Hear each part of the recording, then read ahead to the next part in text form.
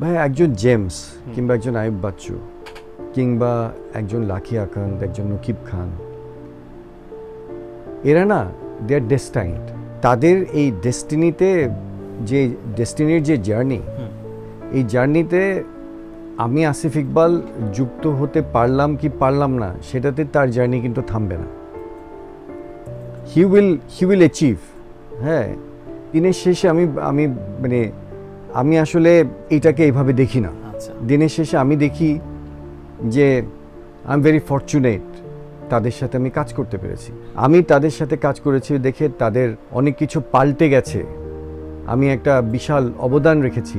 এই point of ভিউতে আমি না আর কি। যদি দর্শক কিংবা শ্রোতা দেখেন, আইয়ুব বাচ্চু কিন্তু সেই তুমি কেন এত অচেনা হলেও গিয়েছেন।